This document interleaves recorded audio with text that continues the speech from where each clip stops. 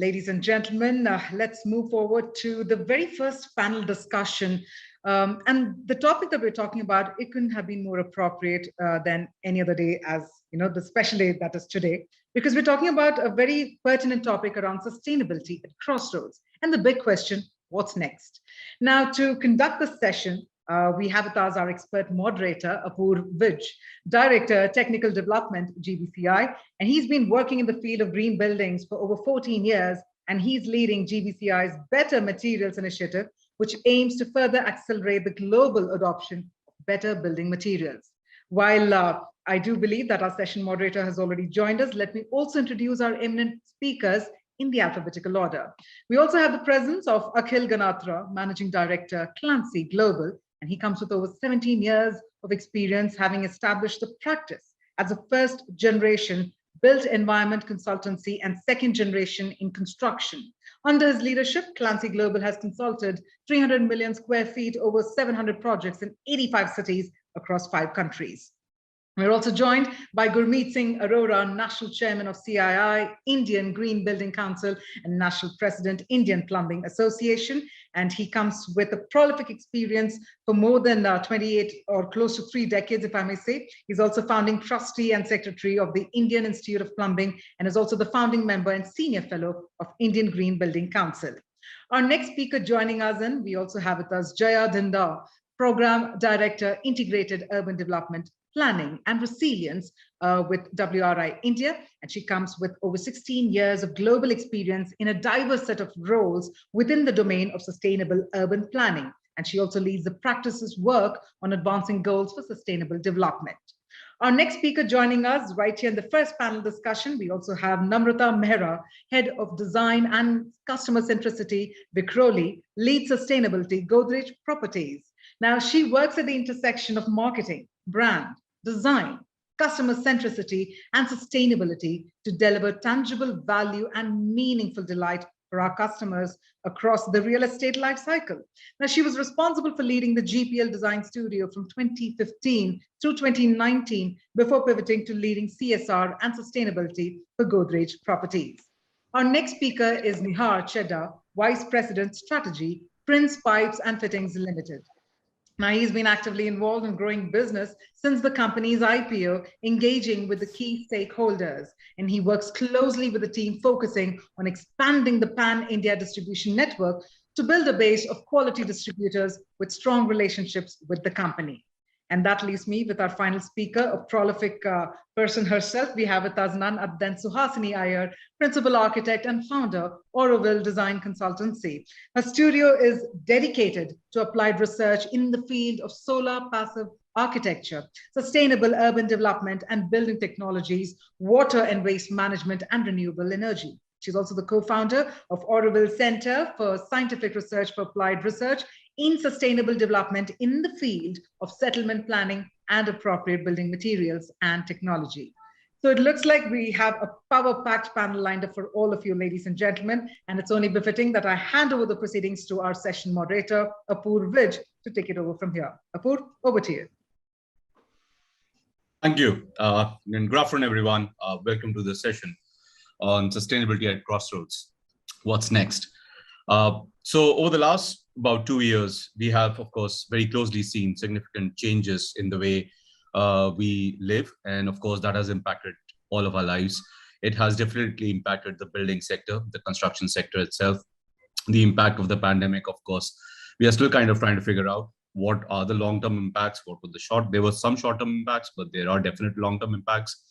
And then, of course, in light of targets set at COP26 late last year, and the new IPCC report that just got released a few days ago, there is a growing need, or there's almost a necessity to look towards buildings, to look towards cities, communities, the overall construction sector, and push them towards low carbon and hopefully net zero carbon as soon as possible, so that we are able to meet those targets of keeping global warming below the 1.5 degrees Celsius target. Now, on top of that, there's also a growing concern that there might be some effects of climate change that would be present for us in the coming decades. We won't be fully left without them. and they would create some sort of shocks. There would be disruptions that would happen. Pandemic is one such shock that we have seen, but of course, increased heat waves, flooding events, increase in ambient air temperatures, and the usual ones like earthquakes and all those kinds of shocks and disruptions are anticipated.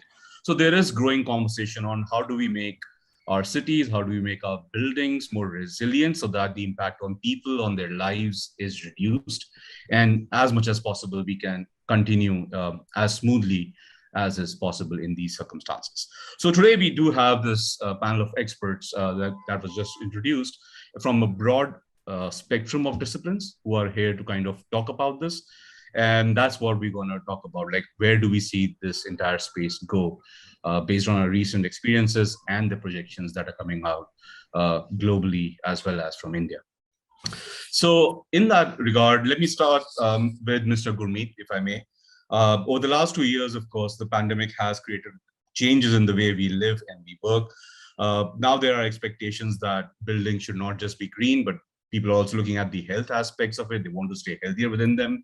So how has the green building space evolved in your experience over the last 2 years to address these changes and these trends? Well, Apurv, thank you so much. I come from the city of Mumbai.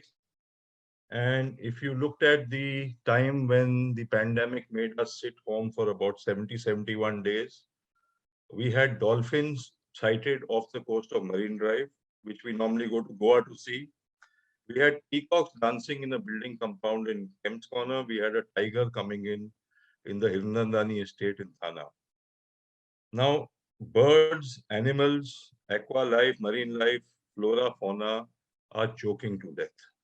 And unless we do not do something together, we are going to get into big catastrophic climatic conditions, as you have said. The green building movement started in 2001 in India, and it has been a long journey where we at IGBC, Indian Green Building Council, are now at 800 crore square feet of green footprint, 8 million square feet. We have to see how we can live in conjunction with birds, animals, flora, and fauna, because they are really, really crying out aloud to tell us that you are taking over our spaces. Having said that, your heart is where your home is. And green buildings contribute to, building sector contributes to 28% of the carbon emissions, and 10% comes out of the products which are used in building, glass, steel, cement. So a 38 whopping percent of carbon emissions comes from buildings. Now, how can we make buildings healthier living spaces? I'll give you some examples. We have a higher productivity rate from all the software centers we do, Infosys, Wipro, 25% increase in productivity. You have green hospitals where the recovery rates are 20% faster. So certainly green buildings have demonstrated that they make good sense for our health and for our living. They're healthier living spaces. We look at control of indoor environment quality. We look at maximizing daylighting. We look at passive architecture, which we have lost over time. If you look at the earlier structures, you go to the Taj Mahal in Agra, you go to the Bhai Temple, which is, of course, quite recent in New Delhi.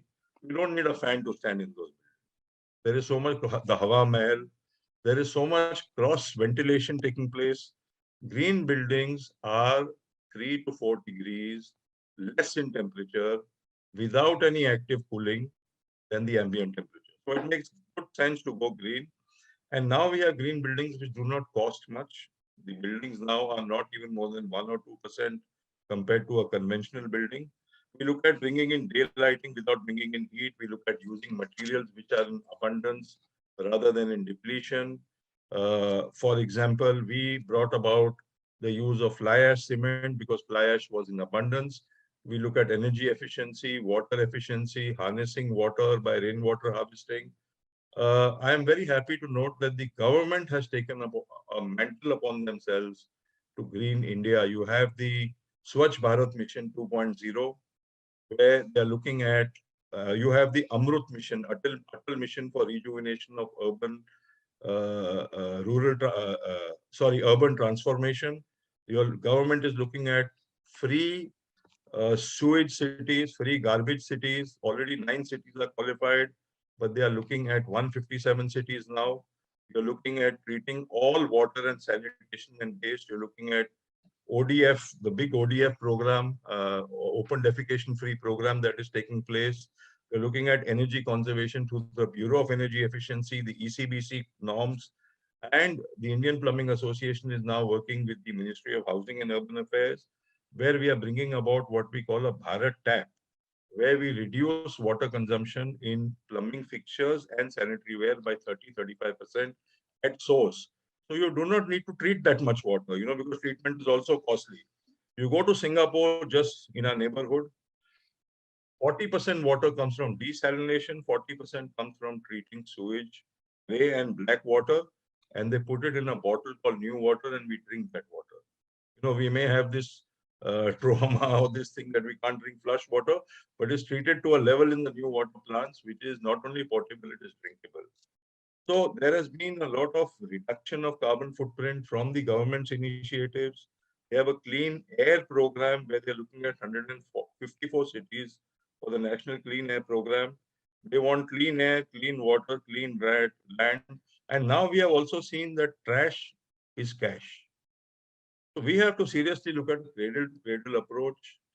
And as far as the Indian Plumbing Association is concerned, I would advise you, do not think you're Lata Mangeshkar or Mohammad Rafi, you sing under your shower. Please do not use your WC as a dustbin or ashtray. I do not know, Apur, whether you smoke, but if you do, you anyway use an ashtray. Do not dump your hair. I mean, girls would dump the hair and flush it down. We don't have water for tomorrow. India has 17% of the world's population, only 4% of its fresh water. So you can produce energy by renewable sources, but where will you get water from? My request to everybody is we must have certified green cities. I went to a very large, can I just have another 30 seconds? I went to one of the largest builders in India, and I went to see 2 flats there. The flats were 100% air conditioned. So I told this builder that, boss, my children can't live in an air conditioned space all the time. How can you, and only one window opens 45 degrees. He says, sir, we have a lawn down 21 lakh square feet. So I'm not going to go down and have my chai and coffee in the morning in the lawn. I mean, people don't understand that, and they say they are green without certification, because you see, green buildings look at using sustainable materials, using materials which are recyclable. Landfill, they save on landfill, they save on carbon footprint, energy efficiency, water efficiency, low VOC compounds, and there are many more things that we look at where we are now moving towards net zero energy, water, carbon, and waste. So certainly we have a long way to go, but I'm proud to tell you, you belong to the EPCI, but now India is the second largest green building council in the world. We have 800 crore square feet. Okay, and we are aspiring to be number 1. Let me tell you now in an open forum, because my task is I must green my mother India, and I must stop people from keep on taking out from their mother's womb again and again. The mother will die. Thank you. Right. Thank you, Mr. Gumit. Jia, let me come to you next. In light of the pandemic that we've been facing and the anticipated extreme weather events that are projected to, which have started, of course, and are projected to increase going forward, what are the kind of, say, adaptation and mitigation strategies or policies that you're seeing being discussed or considered implemented in the city space in India? Well, thank you, Apurv, and thank you, Sapna and Realty, for actually having this conversation. I'm very happy that the real estate industry is sort of waking up and talking about resilience. Basically, this wasn't a conversation present even 5 years ago. So I feel like this is great. And just in terms of context setting, to state a few things of where we are really. So in terms of real estate, 35 billion square meters of new real estate is going to come into Indian cities by 2050. But 75% of overall infrastructure is yet to be built. We know that. And why this is important, adaptation mitigation, is because India is the 7th most vulnerable country with respect to climate extreme. And according to a new CEW report, 27 out of the 35 states and union territories are highly vulnerable to extreme hydromet disasters and their compounding impacts, right? And basically what you stated earlier, in terms of context, Apurva, the heat waves, the droughts, the frequency of floods, waterlogging, the human also, the aspect of it, the social aspect of, these repercussions and health aspects. And basically the IPCC report, which is, which basically essentially paints a very troubling picture that basically more of this is going to become frequent. It's going to become more severe, and we are going to have to adapt at the end of the day, because the GHG emissions reductions required to overcome this this sort of phase that we are going through is half, and the point is, will the world change business as usual and get there? So what's happening is that a lot of these, events will also cause irreversible impacts, right, on biodiversity, economy, food security, mental health, physical health, and all of that. And so therefore, a lot of this adaptation mitigation is being talked about. Mitigation is essentially how do you reduce your GHG emissions and your carbon that you're emitting, right, from the activities that cities and countries are typically doing. The adaptation part is that how quickly do you adapt to these stresses, knowing that there's going to be slow onset, rapid onset events that are going to be happening. How do you bounce back? We talk about how in Mumbai, for example, there's floods every year, and Mumbaikars are very resilient, they bounce back. So how quickly can you bounce back, right? So those are two things. Now, the Indian government, basically through national policy, subnational policy, there's a lot going on, and I do think Mr. Gurmeet touched upon several of those points. And I'd like to add to that, on the national policy level, for example, there are three main things. Sorry, there's a train going by. The first is basically around land use and transport integration, so looking at planning, looking at the design of cities, the congestion, the sort of sprawl that is happening, and how do you look at transit-oriented development. So the national government has put in place, national transit-oriented development policy. The states are following, cities are following suit. They understand that compactness is required in order to reduce GHG emissions. One is from just excessive travel. The other is also from promoting sort of mass transit, non-motorized transport, and all of that. So that's happening. The other is on the green infrastructure side, and there's schemes like the Smart City Mission, Amrut, Jal Shakti Abhiyan. They have implemented, or they're in the process of implementing climate resilient projects across cities, lake rejuvenation, restoration of natural wells, open green spaces, rainwater harvesting. There's also the there are also around specific Nagar Van schemes, for example, which are around urban forestry and how do you increase that in the context of cities. So that is happening. And then there are many initiatives around energy, right? Renewable energy and increasing energy access and so on for the poor. At the state level, there are various schemes which are being spearheaded, like Majhi Vasundhara in Maharashtra, for example, and there's things happening in Kerala. There are around biodiversity and green space conservation. City level also, many cities have started their climate action plans. Mumbai, Bangalore, a lot of cities are starting on that. They have completed. Mumbai has actually just completed. They will be launching that soon. They're looking at sector-wise GHG inventories for the first time and setting targets on how to cut down those emissions. So if in transport, this is where we are, how do you kind of rein that in and so on. And there are these plans, for example, that cities like Bengaluru, Bhopal, Delhi, Madurai have incorporated, like, the blue-green infrastructure plan as part of their city development plans and master plans. Surat, is doing something around clean air. And there are lots of on-ground interventions also, which are happening, but in pockets and quite fragmented, especially around nature-based solutions, So basically looking at how do you bring uptake for that, expand green cover expansion. So there's the 6 biodiversity parks in Delhi, the Virgin Urban Forest in Pune, and many small examples. But the problem is that these nature-based solutions, which are going to be very powerful, actions against adaptation, are slow to the uptake. There are many issues with, kind of scaling them. And the point is, how do you, scale up nature-based solutions and adaptation action in cities? So that's where we are sitting right now, Purva. Thanks, Jaya. Hopefully we pick those up soon. So Asni, let me come to you next. And let's talk about design, because design is an extremely important part in sustainable buildings. A good design or a bad design, either way, the impacts of those designs do get logged into the building once and for all, for say, over the life cycle of a period. We won't change building walls and completely demolish them for 50, 60 years. So as we are looking towards this future where we also need to consider some of the future impacts of climate change? How do we kind of look towards designing buildings which are sustainable but also more resilient in the long term?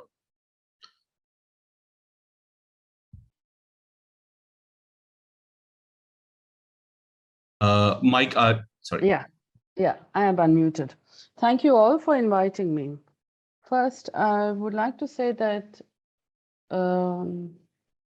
design is not only about building materials.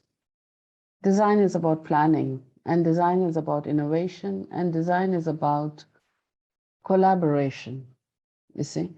And I find that a lot of the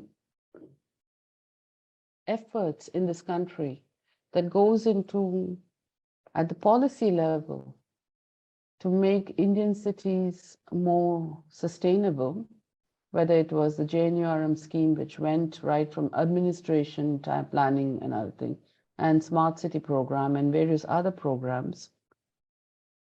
The two bottlenecks that we face in this country, which are more difficult to deal with, one is cultural, and the other one is about community level involvement. So we have policies that would help the country to become more sustainable, right from urban planning, design, architecture, building materials, technology, innovation in terms of building sciences. All this is there. We have experts, we have people with a lot of experience, we have goodwill. But there is a serious lack of cultural acceptance in terms of,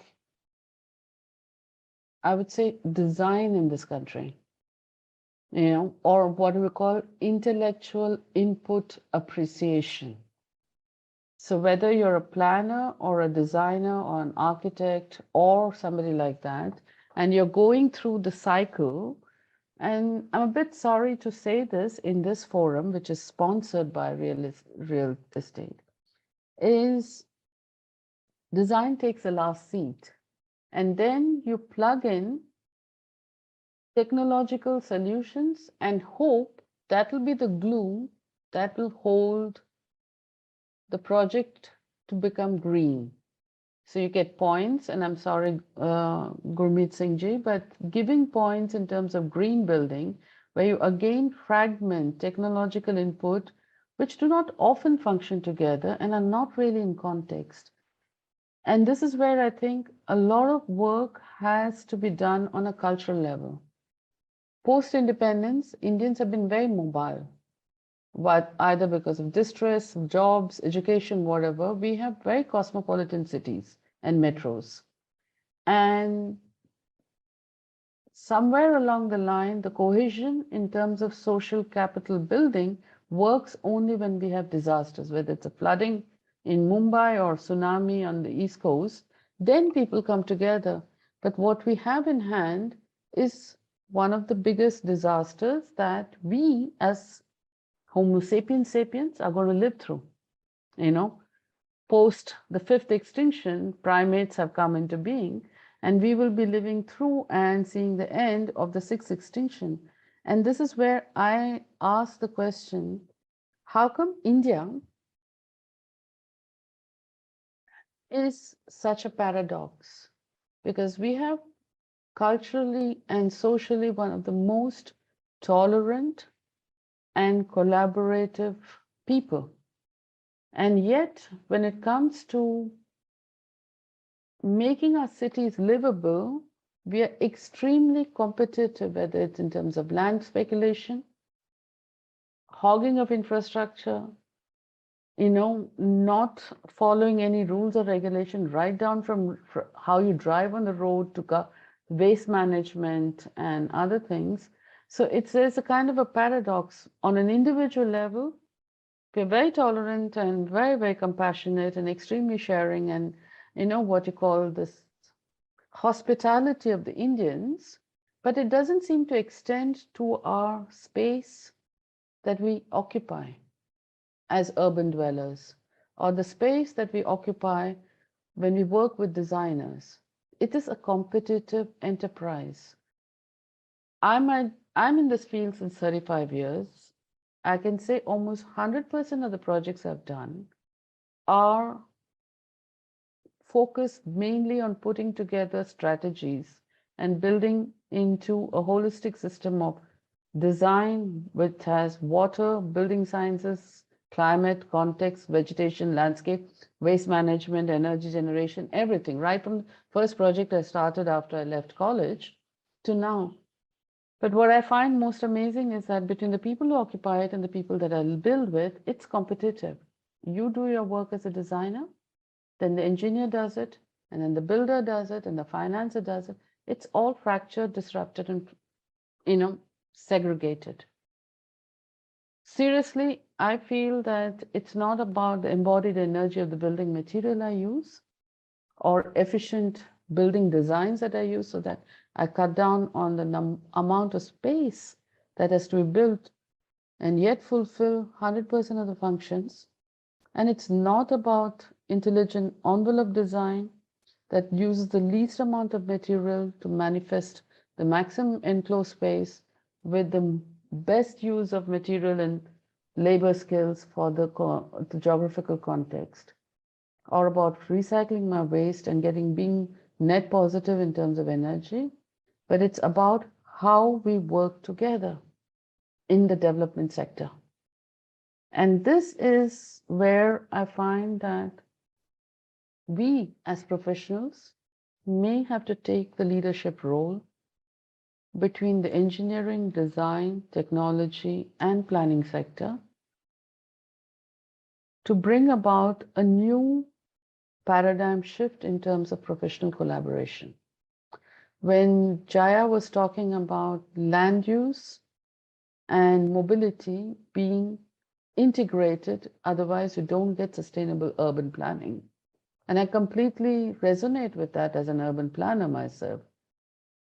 But land use is only tied to land value, and mobility is only tied to disposable income, strata. So the more disposable income I have, the further I want to live from where my income is generated.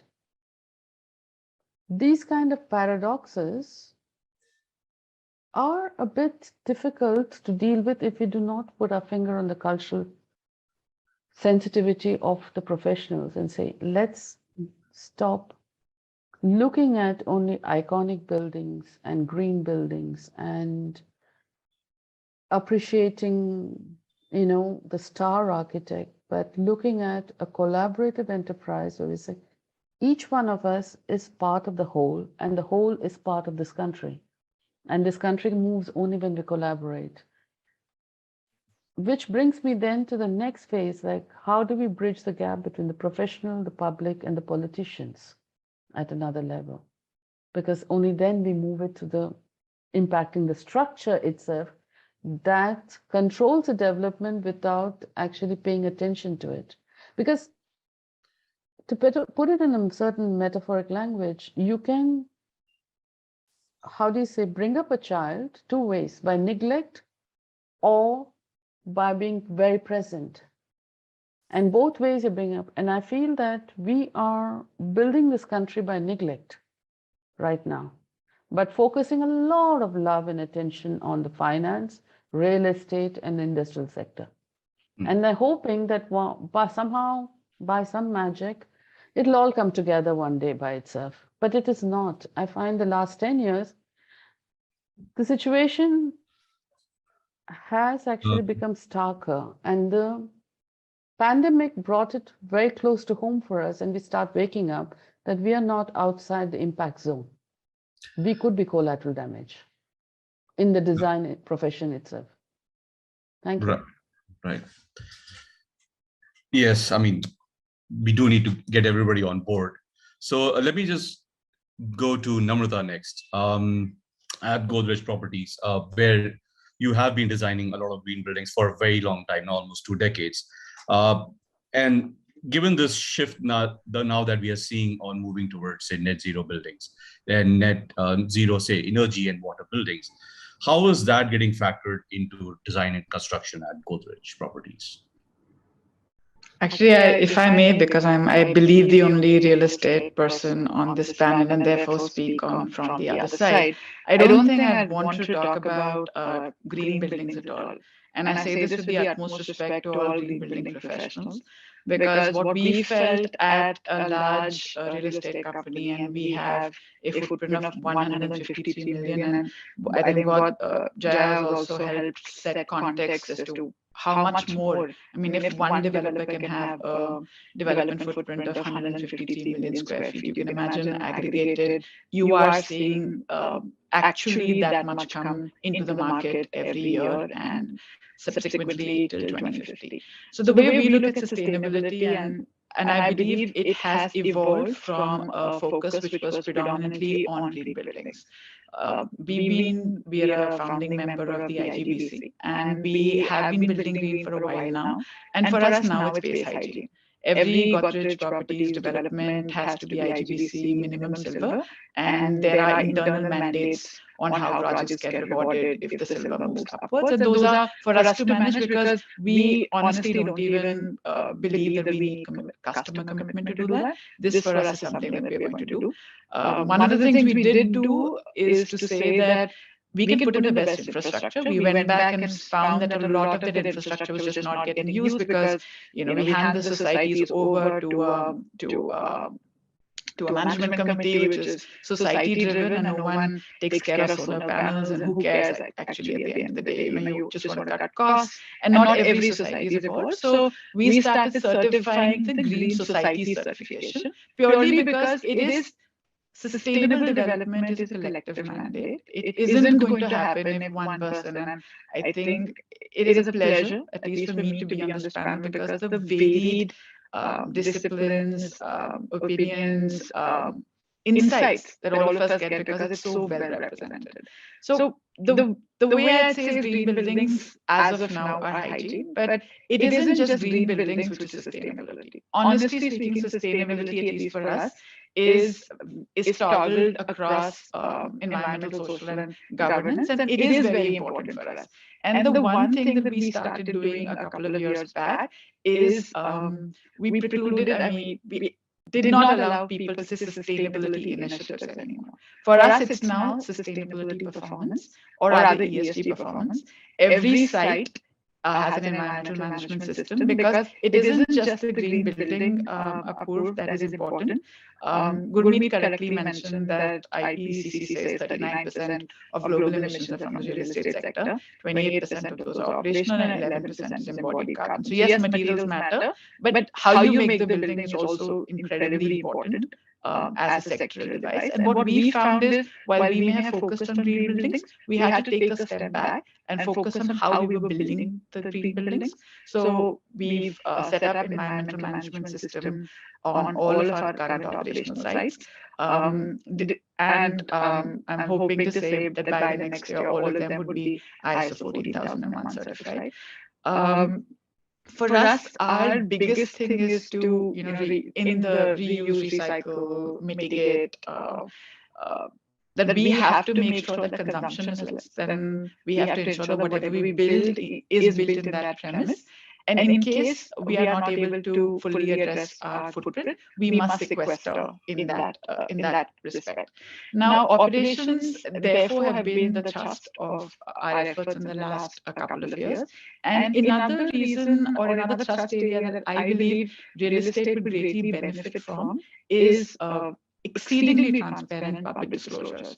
So we fill in all the GRISP rating forms, which allow us to see where we are, and we benchmark it. 2013, I can honestly say our scores were terrible. That was 7 years back. But the moment you hold yourself up to an external benchmark, you know where you have to put your efforts in the entire ESG value chain, and you can actually recognize and control and impact, and therefore extend sustainability beyond what is the perceived functions of purely design and construction. So for us now, in the entire company, 12 to 15% direct workforce of a 1,900-person large real estate company has ESG, or for this matter, sustainability performance mandates in their goal sheets. What this means is it's not no longer optional for you to do something. The other thing is that data matters in a country such as ours, where data is not in great supply, and it is very important for us to know what is the cost of our doing business. So if we say, at what cost to the planet is our profit being delivered on? And it's not easy. I mean, trust me that to sort of infect an entire system to be able to pull this sort of consolidated efforts. My learned colleagues on this panel, Jaya, all of us could meet. It's a pleasure because you do realize that if things work together, it's a lot better for us to see what the value is. So one of the things we did is actually go back and look at our emissions footprint by looking at each and everything we purchased, how we used it. That means every project we have GHG accounting. Every project we know what the consumption data is. Every project I can look at what is the carbon cost of the value that is being generated. Now, this is the time for us to put it together, and we need to set up internal mechanisms, which is what we are working on, because we would like to be responsible. Our aspirations are to be amongst the world's most responsible and sustainable real estate developers. That doesn't mean that tomorrow we're going to change the fact that we will stop being real estate developers. We are in this workplace, and this is our mandate. But it's the how that matters.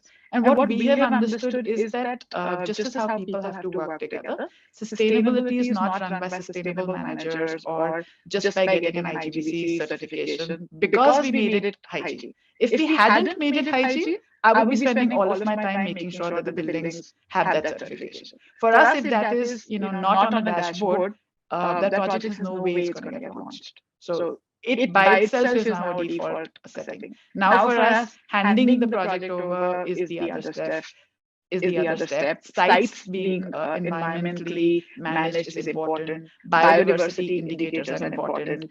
And whatever we consume through our CSR projects, we hope to mitigate that. As a company, we are water positive. So we did a couple of projects in the Marathwada region, because of which the amount of water that we recharge to the ground as a company is more than what we consume annually. And if we go at sustainability from a very hard-coded, performance-based angle, I do believe we will have to get better. Every site came up with a climate assessment. They had to, because we have to aggregate it at a company level, and we disclose that data as part of CDP. And it has to be real and relevant. And strategy managers, financial managers had to put cost to this. So now when someone says, I don't think it's a great thing, it's sustainable, but does it make business sense? I have a clear matrix in my hand that says, well, it's going to cost you this much in 5 years. So I'm only asking you to make a small percentage of investment at this stage. And if we are able to quantify and speak the other person's language, and that's how collaboration happens. We can always say we want to do the right thing, but if we find more areas of convergence, if we are able to talk to who we are talking to in a manner that they feel heard and understood, I do believe collectively we'll be able to do a lot more.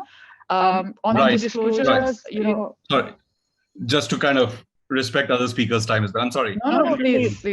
By all means. Can I intervene 1 minute? Namrata, you have a very big echo. Maybe you're using your hotspot on your phone. Are you?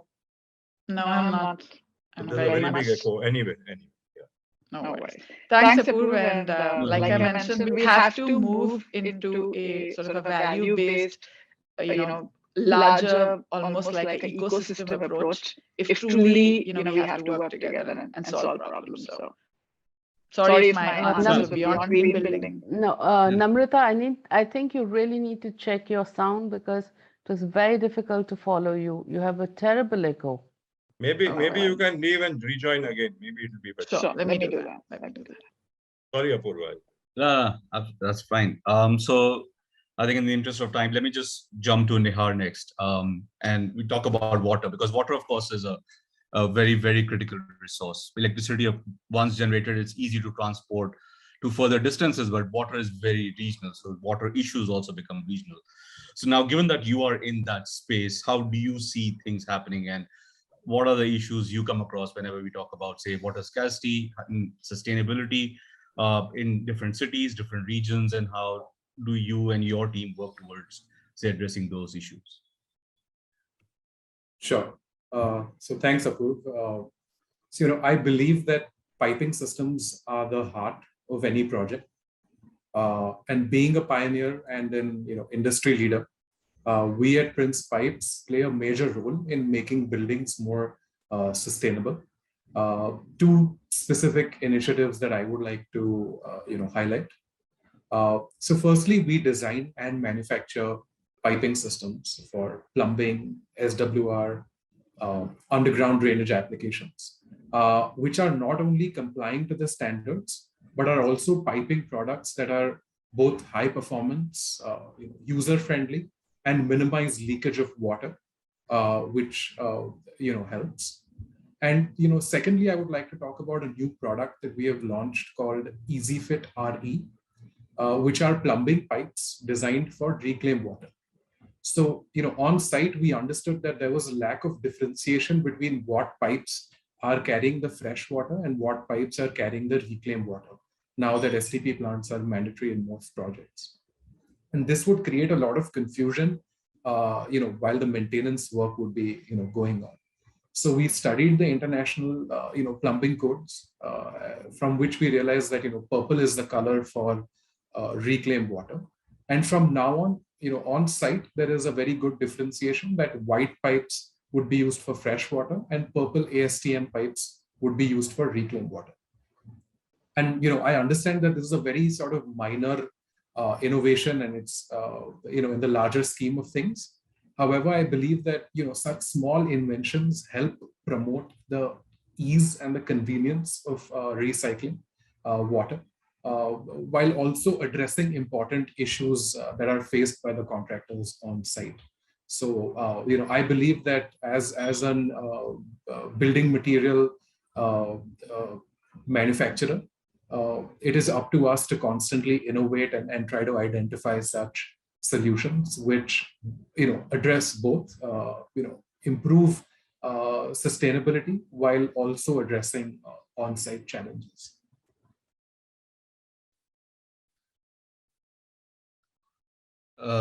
Thanks, Nihar.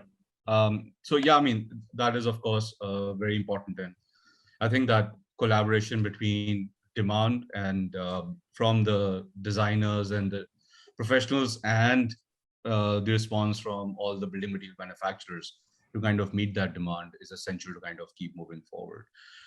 Which brings me to Akhil.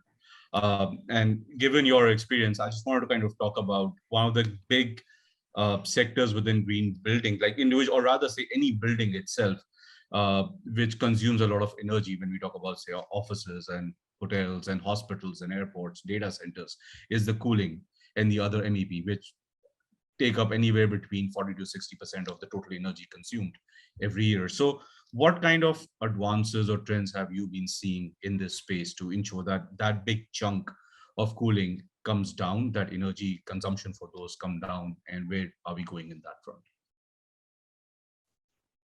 Hello everyone, it's good to be on the call. I hope you all can hear me and there's no echo. Perfect. Excellent. So, I mean, it's great to be in this sparring of sustainability. It's the best time for sustainability in that regard for sure, because the implementation of it clearly doesn't seem to be a question across stakeholders. So that's going to be great fun. So it's the best time to be in sustainability for what it's worth. With regards to energy, that is the biggest guzzler, right?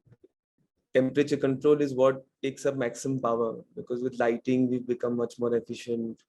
Our pumps, motors have become much more efficient. So a lot of the money is actually going behind temperature control, even in terms of the calamities we're talking about and how the weather will behave in the coming 50 years for what it's worth. But all that is going to come down to, sort of how are you going to control the temperature within buildings, whether you're heating it or cooling it. Within that, there are a lot of options available, to be honest. It's just a case of considering all of them when you're sitting down on a table for a project. So if you take an example of an IT project, now when you're looking at an IT project, you're still thinking air conditioning coming from the ceiling, sort of throwing air down, return airs are still open. simple things like that. They change with underfloor cooling coming in, which has been there. It's not new, but like what Gurmeet sir was saying, that STP पानी पीने को डर लगता है हमको, उसी तरह से हवा जमीन से निकलती है तो हमको लगता है शायद ना चलेगी या खराब हो जाएगा system. So these are things that we'll get over in some sense, but in terms of system options available, right from geothermal to the IoT platform, in terms of how passive energy is controlled, I think we are very advanced. So we are right on the ball with that. Energy modeling, of course, is gaining a lot more prominence, which it should as well. So yeah, I mean, in terms of energy consumption, that's where it is, sort of considering technologies which have been there and seeing what is more sustainable, both in terms of the high side and the low side distribution. MOEF, I mean, sorry, I just will do another minute if that's okay. Gurmeet and Jaya covered a lot of government initiatives that are bringing sustainability to the forefront. When we started, MOEF was the biggest thing that changed sustainability in terms of having STPs for all the projects. So regulation makes a huge impact, in the sense the fact that we are getting more regulation, it's actually amazing. So we're on the right track with that. So yeah, that's about it from me. Thanks, Akhil. So let's do one quick round of questions, and before we kind of summarize and close the session, looking at the time and throw it open for Q&A. This time around, I think, given the time, we might just have about 2 or 3 minutes per speaker, given so that we stay within the limits. And I'll start again with you, Mr. Gurmeet. And now that we have heard all of these things as well, and we move into 2022, what are some of the immediate near future trends that you see in the space? How do you see this space evolve this year and maybe early next year? Well, I'll start by a quote of Greta Thunberg, the COP26. She says, blah, blah, blah, blah, blah, blah, blah, blah, blah, blah. We, ladies and gentlemen, are not blah, blah, blah, blah, blah. We have shown to the world that green buildings can improve health, can cut down on energy consumption, water consumption, and resource consumption. Having said that, I agree with Suhasini. She spoke about collaboration. What we are trying to do through our 30 rating systems, marrying Jal, Vayu, Agni, Akash, and Dharti into these rating systems, collaborating with nature and collaborating with Mother Earth. The future of green buildings covers health and well-being, which is very important. We are looking at radiation levels in buildings. We are all now using cordless devices. Rates of cancer are going up. We do not realize why people who don't smoke and drink are also getting cancer. I do not know how many of you know granite gives out 50% more radiation than marble. And all our airports scrupulously use granite on the flooring all over because it looks good. Now, having said that, Akhil, my own house in Bombay has a 800 square feet drawing room. And I have 6 tons of air conditioning in 800 square feet. Okay, the IGBC chairman, I'm a culprit. So let me admit that first. We certified a project in Kopal Kerni, 640 acres, 9,000 employees, 700 square feet, 1 ton of air conditioning. You won't believe me, all of you. Now, can you imagine the energy and the capex cost we brought down? The same company, 840 acres we certified, 17,000 employees, 850 square feet, 1 ton of air conditioning. So I have 800 square feet in my home, 6 tons of air conditioning. And the same, they provide comfort level to the employees, 17,000 employees, 850 square feet, 1 ton of air conditioning. Look at the reduction of energy and the capital cost. What you can measure, you can monitor. Okay? If you cannot measure, you cannot monitor. The biggest problem in India on water consumption is we do not meter each and every house and each and every office. The moment you start metering, like you meter gas and you meter Electricity, you have to pay for it, you switch it off. But water is free for you. The future of green buildings is moving towards the net zero movement. We have already launched codes for net zero water, waste, and carbon, and a pilot version of net zero water, energy, and waste, and a pilot version of the net zero carbon. Government of India's target is 2070 to make India carbon neutral. IGBC's target is 2030 for all new buildings and 2050 for all existing buildings. Difficult to convert existing buildings. You look at IBS hotel, he tells me, yeah, I'll treat all my water, but I do not know where to use it because I don't have any landscaping in my hotel. It's just a block of rooms that is built in a very small area. So there are challenges, but we are getting there. I have 2,000 companies already signed up on the net zero mission. My own headquarters, which we built in 2003, inaugurated by the then President of India, was 18% more. Today we have ample number of projects which are equal to the cost or 1 or 2% more than a conventional building, which doesn't matter at all in the total scheme of things. We have our own headquarters where we have installed photovoltaic panels where we produce energy on both the sides. So that means I can use 180 degrees of the sun's rays. Even when I'm in the sun shadow region, the reflective paint reflects on the bottom of my solar panel and we produce energy. We are not net zero. We are net positive energy. I have 250 employees working there with air conditioning and we produce more energy. We give back to the grid. Plant 13, if I'm not wrong, Namrata, is net zero energy. Lots of your projects are now going net zero energy and in net zero. And they're net, as she said, you could not hear her in the echo, but the whole Godrej plant now is net positive on water. So can you imagine you're producing, I have certified a lot of projects which do not require water from the municipal corporation, do not give the waste into the municipal corporation, do not require energy. Look at the operating cost saving, the OPEX. So I am not looking at CapEx has already come down, but if I can save on the OPEX, I can increase the health and well-being of my people living there. Certainly we'll have done something for society. Thank you. Thank you, sir. Definitely shift to positive would be better from the zeros.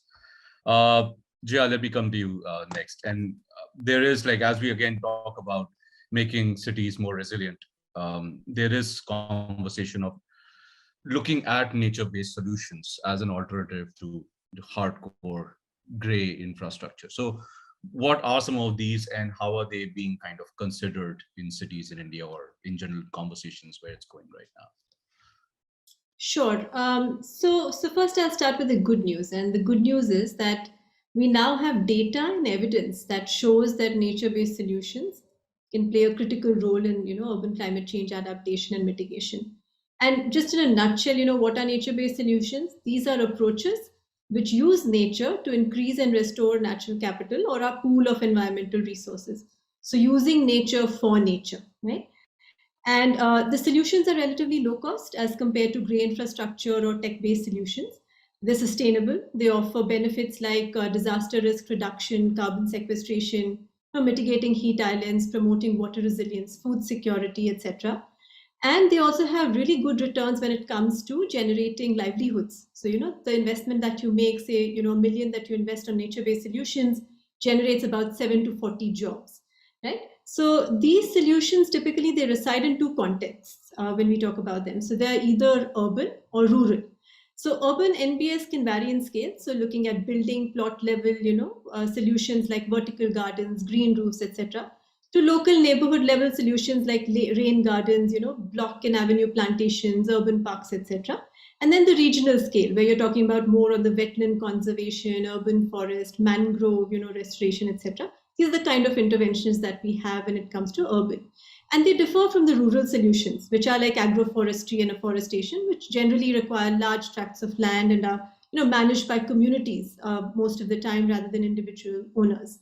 So, and there's, for example, there's an example, and this is something that people should look at, the China Sponge City program, right? And Wuhan got a bad name on certain things, but, Wuhan also is doing a great job in terms of its Sponge City program and, bringing nature-based solutions at climate proofing the cities, the buildings, and good water management practices. Now, the bad news, or the not so good news, is that despite of all of this, nature-based solution interventions in India are yet to see significant scale. And the reasons behind are clearly one, in the urban realm, it's the requirement for large land parcels, for it to have any kind of a significant benefit. Then also, multiple agencies and ownerships come into play, depending on the size of the land required, etc. And so that requires more coordination effort. The other challenges include limited awareness and capacity, both technical and financial, at all levels of all stakeholders, whether it's government or investors or whoever it is, to also implement and maintain NBS on the ground. And, the nature-based solution business model itself, unfortunately, has not found proper articulation. So because of which, post-implementation, there's a question of who does this belong to? Who's going to take care of the operations and maintenance of these, projects? And so this leads to sort of long-term ineffectiveness due to the gaps. The governance structures also hinder innovation, something that Suhasini was talking about earlier is, innovation and design. And there is absence of, standard specs and impact measurement frameworks, so that, people don't know, people who are investing, they don't know that, what are they getting out of this and what is the effective, outcomes that this is leading to. And also that's why investors are generally, favoring immediate results and, measurable outcomes, which gray infrastructure solutions provide. Now, that being said, there are cities like Hyderabad, Mumbai, Kolkata, Kochi, who've made tons of efforts, on kind of mainstreaming nature-based solutions in their cities. WRI India has been working with many of those. And I'll just very quickly tell you about, the framework that we use essentially to work with these cities. So first is, the analytic tools, because we believe that you can't manage what you can't measure. So basically the first is the science, right? To bring the tools, to look at measuring baselines, to look at, what is the potential of restoration in cities. So we have developed many tools to kind of do that and methodologies to help cities do that.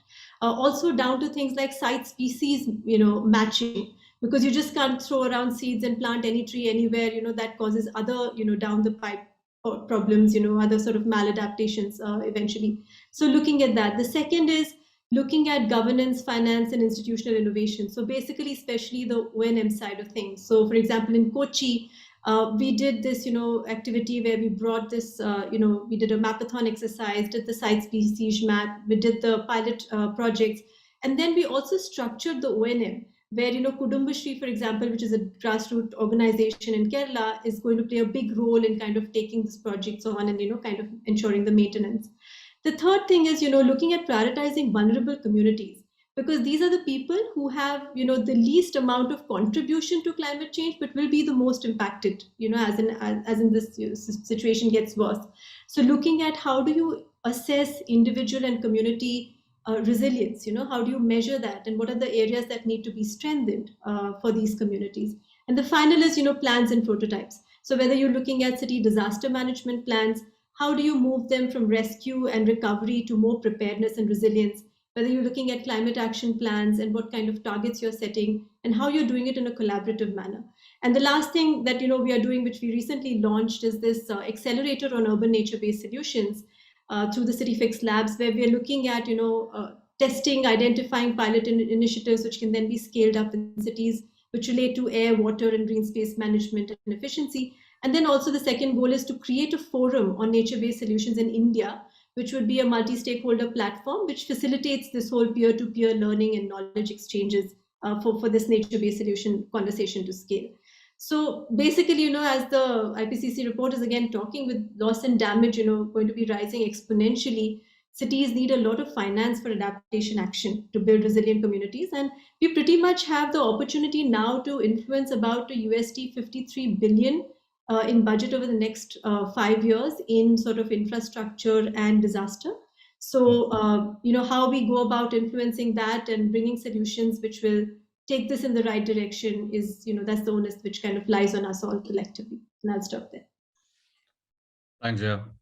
Namrata, let me jump to you next. And this, what I'm going to talk about is also something that we've heard a lot about over the last several years, where there's constant conversation about we need more demand and we need to figure out what the people want, whether they're buying their apartments or they're buying offices. And if the people want something, then those buildings or those better buildings or that degree of sustainability can be built into them. So in your experience, what are some of the expectations that you've heard, whether it's at the commercial scale or residential scale, from different kinds of customers, internal or external, and how do you kind of go about addressing them so that, you know, they First, become... I'm just going to check, Apurv, that I'm heard. Yeah, this time, perfect. Sorry. It's just changed earphone. Sorry about that. And on the demand side, I honestly think that there has been a fairly visible shift. And I'm not going to correlate it to any metrics like willingness to pay and such. I'm talking about qualitative demand. Particularly post the pandemic, there is a very increased appreciation that almost everyone has had for their homes, because we've pretty much been constrained towards those. And in this, spaces mattered: access to green spaces, access, daylight, ventilation. All of those things have perceptibly become more important. And this is something that we are seeing across an entire demand base, which is across the country. So I do think that while we are prioritizing this in effect across our projects, this is only something that's only going to grow. One of the reasons I mentioned green societies is encouraging people to take care of their infrastructure, also to form communities. So we encourage people to set up, Jaya, you mentioned small green communities. For example, it could be folks who are growing their own vegetables. And we saw this happen across all our projects. And we are finding that setting up a pilot and scaling it across projects is a very easy way for us to impact scale. And we are seeing small interventions result much more important returns. One thing I must say that surprised us in terms of the volume that came out is the demand for electric vehicle charging, which we are seeing across board and across a lot of projects. I do think that this will, while now IGBC Platinum asks, the numbers that you have to give has gone up substantively rather than what used to be there in previous years. I do think that this is a number that we will be tracking a lot more consciously, because there is a very clear correlation and all developers will have to take care of that. On the commercial side, we have found that green buildings pay.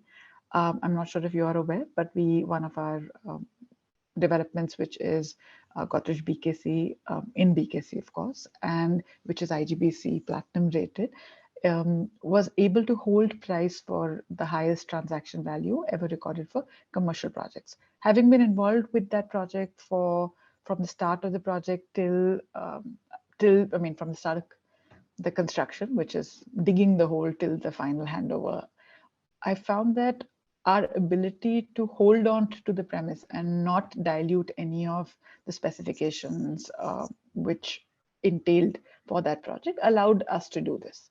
And I think that has given a lot of confidence to people within the system when they're able to say that, yes, if we do things right and if we are not compromising, whether it's even on the urban scale, because we represented to MMRDA, we did not want to build a boundary wall at the ground plane. And these were things that you do not find developers representing. You don't typically find developers saying, hey, we'd like to keep the boundary porous and we'd like to put in a little bit extra green. I know you've requested the space. And we found that it was easier to do that jointly with our architects on the job.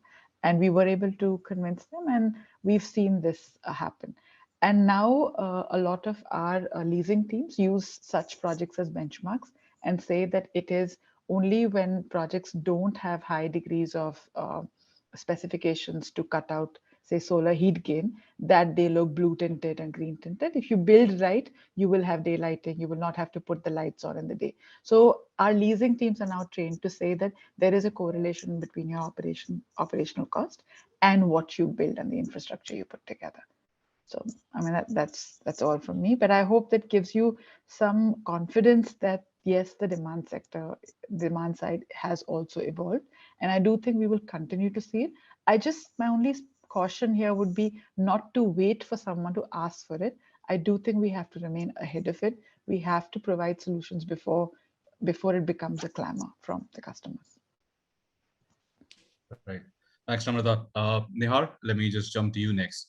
And just wanted to figure out, like, as we are moving out of the pandemic now, hopefully, barring other crises evolving in the world don't impact us, hopefully. and we move towards some degree of normalcy, like what are the directions that you are seeing from your perspective emerge in this sector, and where do you see things going now in the future? Sure. So I think being one of the leaders, in the building material segment, it's important that we at Prince, not only analyze the future of sustainability and analyze these trends, but actually, drive the future of sustainability in plumbing. And I think one way of driving such sustainability is by benchmarking ourselves against developed markets and introducing such products and solutions which makes it easier for builders to adopt sustainability without impacting their profitability. So today, the concept of a triple bottom line is at the core of our long-term strategy at Prince. Triple bottom line, which includes not only the financial bottom line, but also the social and environmental bottom line. So now it is our goal to pioneer, piping solutions that enable builders to attain their triple bottom line goals.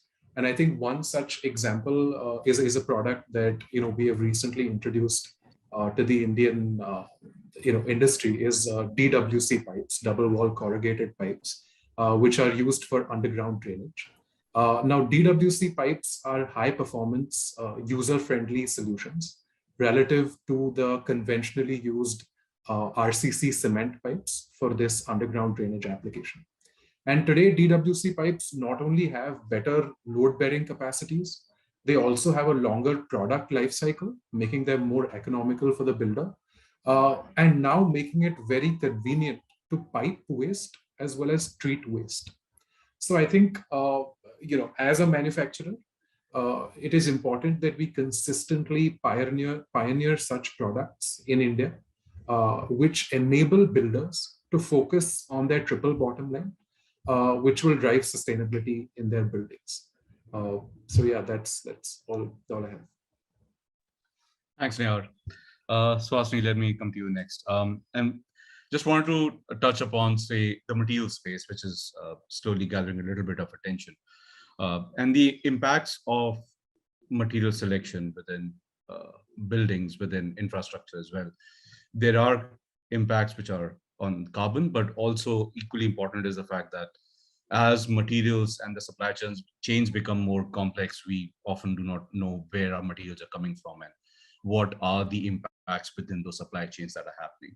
So when you go about, say, selecting materials which are lower impact and could be on carbon, could be on human impacts and others, like how would you go about, or how should people go about them? Okay.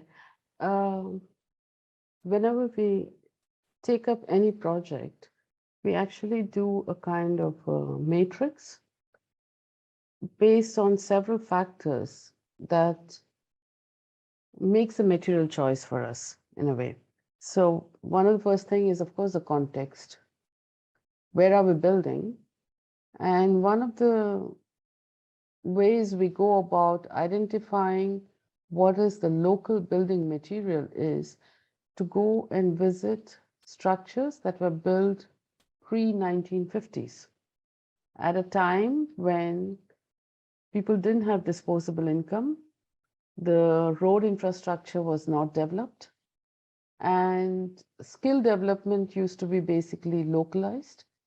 And so people tend to use the buildings over several generations.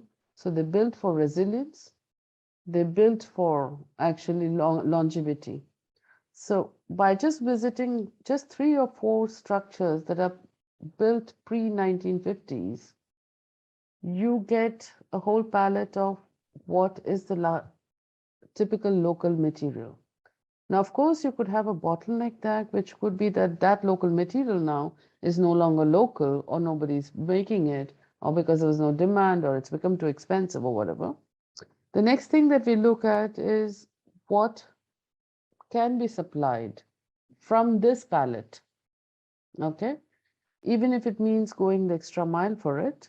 And third is looking at what does it mean in terms of how it's going to be used. And the last but final is the skill upgradation of the people who are going to work with material. So when you put all these together, of course, there's the cost factor and then the investment and other things of. But if the project is large enough, what we have noticed is that sometimes the collective memory has failed and you can just bring it back. And by just reintroducing something that was always there, it's almost like you do an acupuncture just where the memory has failed, and people realize, oh, but that was so good, my grandfather and this. And so you can actually make a shift in the way people look at building materials and technology in a place. But of course, embodied energy, the life cycle of it, and how it is going to be impacting the area that you're getting it and the people who are producing it is another factor. So in a way, when you make the matrix of all these things, the first thing that jumps out to you is how you as a designer can make the least impact by first designing in a way that the building material and the building technology and the carbon footprint and the embodied energy and the life cycle cost, and all these can be reduced by efficient design, climatic design, and context-based design. So in a way, your question, I know you would like me to give you an answer that responds really to your question, but I cannot very honestly say that I can just pull it out and answer only that, because everything is kind of interrelated. Yeah. Thank you. Right. I mean, all these are like, as we also kind of, I think somebody pointed out earlier as well, like there is a need for more and more data, but as more data comes out, we suddenly start realizing the complexity and how many things get affected by every single decision. So yeah, I mean, it is not as easy, definitely, or simple. Okay, let me throw the last question to you, and hopefully, I think we are a little over, but maybe we'll have just 2-3 minutes, and we'll see, Sapna, if you could let me know in the chat after Akhil's question in case we have time for Q&A or not, depending on, we don't want to delay the next panel. But Akhil, also the last thing to you, like looking at, say, the green building space, the MEP space, there are changes that we have seen come over, say, several decades. People were talking about energy at one point of time. Now we're talking everything in perspective of emissions and carbon as metrics. We're looking at systems, and all the numbers that used to come out as so many kilowatt hour are now changing into so many tons of CO2 emissions, mitigated or reduced, etc. So how are, like, what kind of trends are you seeing from that perspective when we look at, say, reporting and how people are kind of looking at that data from the MEP space? I'll keep it fairly short. In terms of what you mentioned, Nihit, and which most of all the others mentioned as well, that data points are becoming very important. With MEP, predominantly, it's not the system you've installed, it's how the system is performing once it's installed. So data points come back to haunt us in that sense, in terms of being predictively maintaining assets. So for sure, from a perspective of sustainability going further, measuring existing assets is probably the thing that will make the most impact, or not probably, it'll make the most impact on things. The other thing that everyone was talking about is neighborhood integration. So in terms of how the infrastructure of the neighborhood is in place, so while urban planners look at social settings and how communities can be grown, the infrastructure has to be modular and plug and play, because the way things are going on, you can't sort of say that you can define all the requirements today. It's more providing, like you'd say, Hume pipes or empty channels for services to come along. So yeah, I mean, that's it from my end, between those two, data points and neighborhood development at an infrastructure level as well. Thanks, Akhil. Thanks to all the panelists. I think, thank you, Mr. Gurmeet, Jaya, Suhasini, Namrata, Nihar, and Akhil. And I believe, Kavya, you will be bringing Sapna in I'll hand it over to you. Sorry, just in interest of time. No, thank you, Apoor, for beautifully moderating the session as well. I think we managed to gather a palette of insights from our speakers. But I'll quickly bring on board Sapna Srivastava, as I believe we do have a couple of questions. So Sapna, very quickly, over to you. Yeah, we have one very interesting question. So that question goes to all our speakers. We have been asked is what is the most underrated idea in design and what is the most overrated idea in design? So Akhil, starting from you, what do you think is the most underrated idea in green design or building design, and what is the most overrated idea? Underrated idea, I would say underfloor cooling is quite underrated. In terms of overrating, I don't think really anything is overrated. It's sort of to cover all the checkpoints. Something which is overhyped, then maybe it is. It's very sensitive space. I don't think there's anything overhyped. Everything in sustainability is equally important, and we'll have to stick to that, right? Only to Okay, so you're saying sustainability sometimes is a overhyped word. Okay. Okay, so Hasini, moving on to you. So what is the most underrated, probably according to you, is the idea in design, and the most overhyped or overrated? You're on mute. Yeah. The most underrated is the designer, and the most overrated is the financer. Okay, okay, fantastic. So Apoor, closing remarks to you. What do you have to say? You have heard the panelists. So what, according to you, is the most underrated and the most overrated idea? Yeah, it's underrated. I think being an architect in this space, I would have to agree with Swasni. I mean, design, I think, often gets like the kind of benefit that can come from design is often underrated. People don't think as much. You experience design, but it's not something people in India are yet willing to kind of look towards as something that will have an impact. It's changing, but yeah, overrated. I'm not certain about overrated at this stage, but yeah, I do think that we need to definitely pay more attention to good design. That really, sometimes, really, in fact, people say technology is sometimes very overrated in terms of probably. So I mean, it depends. I think the one thing I would say, maybe something that comes to my mind is over time I've heard about, say, costs. It's like, but I remember there was this one greenhouse being built in Delhi, and this gentleman was like, this house was expensive to make, and it's all just very efficient and all that. Yeah. And he's like, it's still cheaper than the house down the road, which is luxurious, but not green. So often we talk about cost being a very critical part, but I think it becomes a matter of priority. Like whether you want to choose luxury, then you can do that. If you want to choose green, you can put the same money there. I think it's a matter of, again, design or choices, it's perspective. That's right. We can all agree on that design is a matter of a lot of influences, not only individual influences, but the environment, the understanding. Like Ms. Suhasini said, the mindsets have to change. The recognition of architect or a designer has to come there in the industry. What our other panel members said, what Mr. Apoor said, the cost, that becomes a critical factor in influencing the design.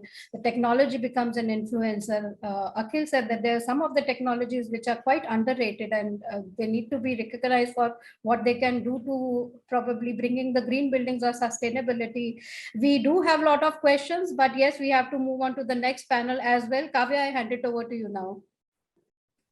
Thank you, Sapna. And I'd like to thank all our panelists. Thank you very much for joining us. And thank you, Apoor, for once again beautifully moderating that session. Thank you very much, Suhasini ma'am. Thank you, Akhil. Thank you, Apoor. And thank you all. Yeah.